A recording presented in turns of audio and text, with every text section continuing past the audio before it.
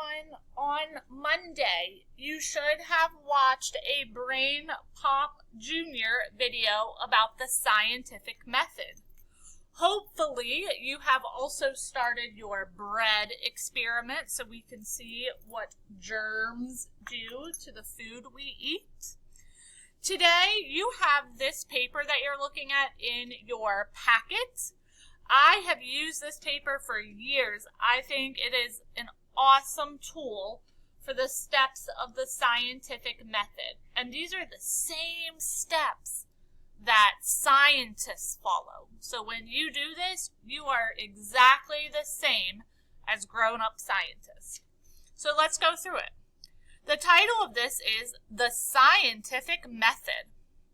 And it says, I can use the scientific method.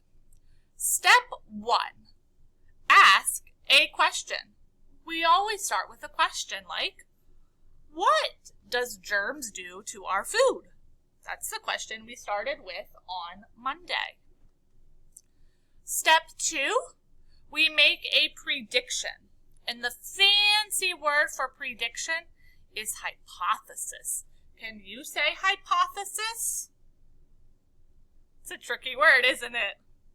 So when we make a prediction, we think about what's going to happen in our experiment. So when we make a hypothesis, we're just thinking about what will happen.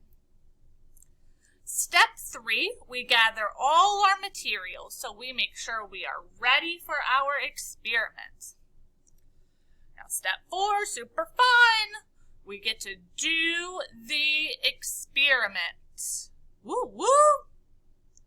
Step 5, sometimes we can do right away. But sometimes, like the bread, we're going to have to wait a couple days. And that's okay.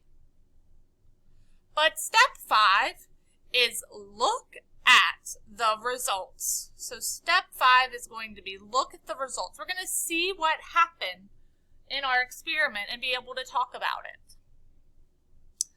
Step 6 is to write your conclusion. And sometimes we do pictures and sometimes we do words and sentences.